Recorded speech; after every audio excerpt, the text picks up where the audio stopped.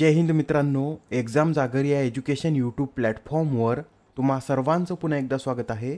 मित्रांनो, या आधीच्या सत्रामध्ये तुमच्यासाठीचा प्रश्न होता, दिव्यांगजनांसाठी भारतीय निवडणूक आयोगाची राष्ट्रीय आयकॉन म्हणून कोणाची निवड करण्यात आली?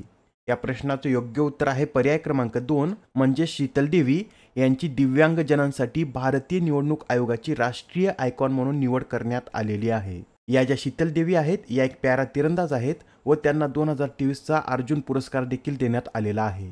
आजच्या सत्राचा पहिला प्रश्न पहा.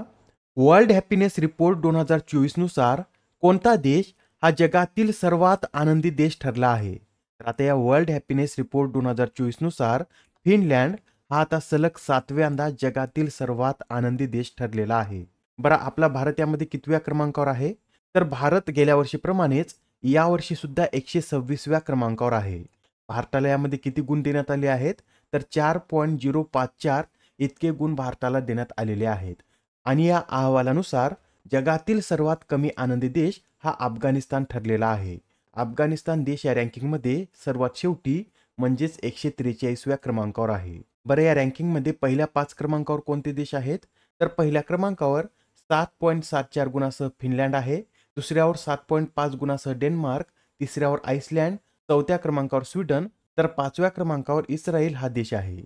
मित्रांनो, तसेच यंदाच्या या रिपोर्टमध्ये जगातील सर्वात आनंदी तरुण असलेल्या देशांची यादी सुद्धा देण्यात आलेली आहे व यामध्ये प्रथम क्रमांकावर लिथुनिया हा देश आहे, दुसऱ्या क्रमांकावर इस्रायल, तिसऱ्यावर सर्बिया, चौथ्यावर आइसलँड, तर 5व्या क्रमांकावर डेन्मार्क आहे. आणि या आनंदी तरुणाच्या यादीमध्ये आपला भारत 127व्या क्रमांकावर आहे. तसेच यातील जगातील 60 वर्षावरील आनंदी नागरिकांच्या यादीत डेन्मार्क हा प्रथम स्थानावर आहे, फिनलँड दुसऱ्या, नॉर्वे तिसऱ्या, स्वीडन चौथ्या, आइसलँड 5व्या, तर भारत यामध्ये 121व्या क्रमांकावर आहे.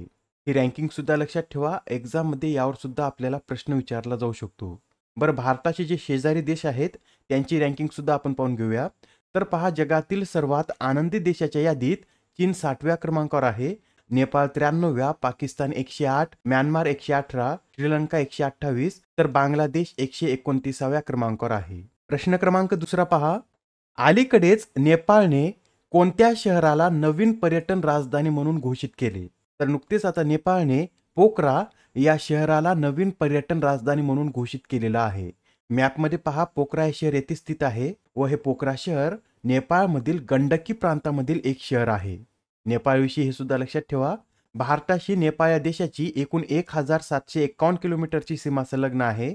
तसेच नेपाळ या देशाला भारतातील एकूण 5 राज्यांच्या सीमा संलग्न आहेत. त्या राज्यांची नावे सुद्धा लक्षात ठेवा, यामध्ये उत्तराखंड, उत्तर प्रदेश, बिहार, पश्चिम बंगाल आणि सिक्कीम या 5 राज्याच्या सीमा नेपाळ या देशाशी संलग्न आहेत. प्रश्न क्रमांक तिसरा पहा. मद्रास संगीत अकादमीद्वारे देण्यात येणारा 2024चा संगीत कलानिधी पुरस्कार कोणाला जाहीर झाला आहे? तर आता मद्रास संगीत अकादमीद्वारे देण्यात येणारा 2024चा संगीत कलानिधी पुरस्कार हा TM कृष्णा यांना जाहीर झालेला आहे. हे जे TM कृष्णा आहेत हे गायक आहेत व त्यांना त्यांच्या संगीत क्षेत्रातील उल्लेखनीय कार्याबद्दल हा सन्मान जाहीर झालेला आहे. हा जो संगीत कलानिधी पुरस्कार आहे हा कर्नाटक संगीतातील सर्वोच्च सन्मानापैकी एक सन्मान आहे. TM कृष्णा यांच्याविषयी हे सुद्धा लक्षात ठेवा, त्यांना 2016 मध्ये रॅमन मॅग्सेसे या पुरस्काराने देखील सन्मानित करण्यात आलं होतं. तसेच त्यांना इंदिरा गांधी या पुरस्काराने देखील सन्मानित करण्यात आलेला आहे.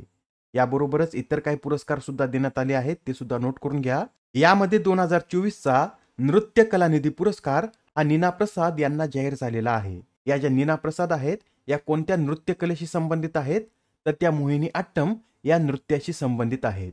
तसेच यामधील संगीत कला आचार्य पुरस्कार हा मृदंग वादक परसला रवी व गायिका गीता राज यांना जाहीर झालेला आहे. तर संगीत तज्ञ पुरस्कार हा डॉक्टर मार्गारेट बास्टिन यांना जाहीर झालेला आहे. प्रश्न क्रमांक 4 पहा. ग्रामीण टपाल सेवकांसाठी आर्थिक सुधारणा योजनेचे नुकतेच अनावरण करण्यात आले. तर या योजनेनुसार 36 वर्षाची सेवा पूर्ण करणाऱ्या टपाल सेवकांना प्रतिवर्ष किती रक्कम प्रदान करण्यात येणार आहे? तर आता या योजनेनुसार 36 वर्षांची सेवा पूर्ण करणाऱ्या टपाल सेवकांना दरवर्षी 7,200 रुपये रक्कम प्रदान करण्यात येणार आहे. ही जी योजना आहे याचं अनावरण केंद्रीय मंत्री अश्विनी वैष्णव यांनी केलेलं आहे. या योजनेअंतर्गत 12 वर्षाची सेवा पूर्ण करणाऱ्या टपाल सेवकांना 4,320, 24 वर्षाची सेवा पूर्ण करणाऱ्या टपाल सेवकांना 5,520, तर 36 वर्षाची सेवा पूर्ण करणाऱ्या सेवकांना 7,200 रुपये प्रतिवर्ष देण्यात येणार आहेत. आता हा प्रश्न पहा, नुकत्याच झालेल्या मंत्रिमंडळ बैठकीत महाराष्ट्र सरकारने पुणे जिल्ह्यातील वेल्हे तालुक्याचे नाव रिकामी जागा असे करण्याचा प्रस्ताव मंजूर केला आहे. तर आता महाराष्ट्र सरकारने पुणे जिल्ह्यातील वेल्हे तालुक्याचे नाव हे राजगड असे करण्याचा प्रस्ताव मंजूर केलेला आहे. मित्रांनो, राजगड ही मराठा साम्राज्याची पहिली राजधानी होती व या राजगडावरूनच आपल्या छत्रपती शिवाजी महाराज यांनी 27 वर्ष स्वराज्याचा कारभार केलेला आहे. याबरोबरच या बैठकीमध्ये अहमदनगर शहराचे नामकरण पुण्यश्लोक अहिल्यादेवी नगर करण्यास देखील मान्यता देण्यात आलेली आहे. तसेच या मंत्रिमंडळाने 8 रेल्वे स्थानकांची नावे सुद्धा बदलण्याचा प्रस्ताव पारित केलेला आहे. यानुसार करी रोड स्टेशनचं नाव लालबाग स्टेशन, मुंबई सेंट्रलचं नाव नाना जगन्नाथ शंकर सेट स्टेशन, भुसा road Dongri station, marine lines Mumbadevi station, Charni road Girgaon station, cotton green Kalachowki station, king circle Tirthankar Parshwanath station, तर डॉकयार्ड स्टेशनला माझगाव स्टेशन असं नाव देण्यात येणार आहे. आणि मित्रांनो, हे जे तीर्थकर पार्श्वनाथ आहेत हे जैन धर्मातील कितवे तीर्थकर आहेत, तर हे जैन धर्मातील 23वे तीर्थकर आहेत.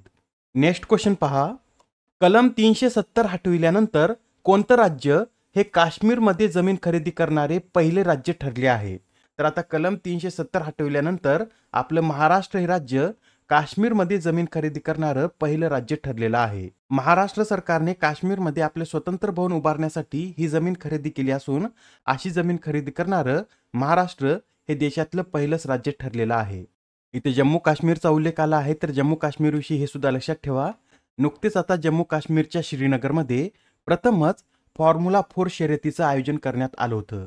ही जी फॉर्म्युला 4 शर्यत आहे ही ललित घाट ते नेहरू पार्क या 1700 मीटरच्या ट्रॅकवर पार पडली असून याचं आयोजन federation of motor club of इंडियाने केलं होतं.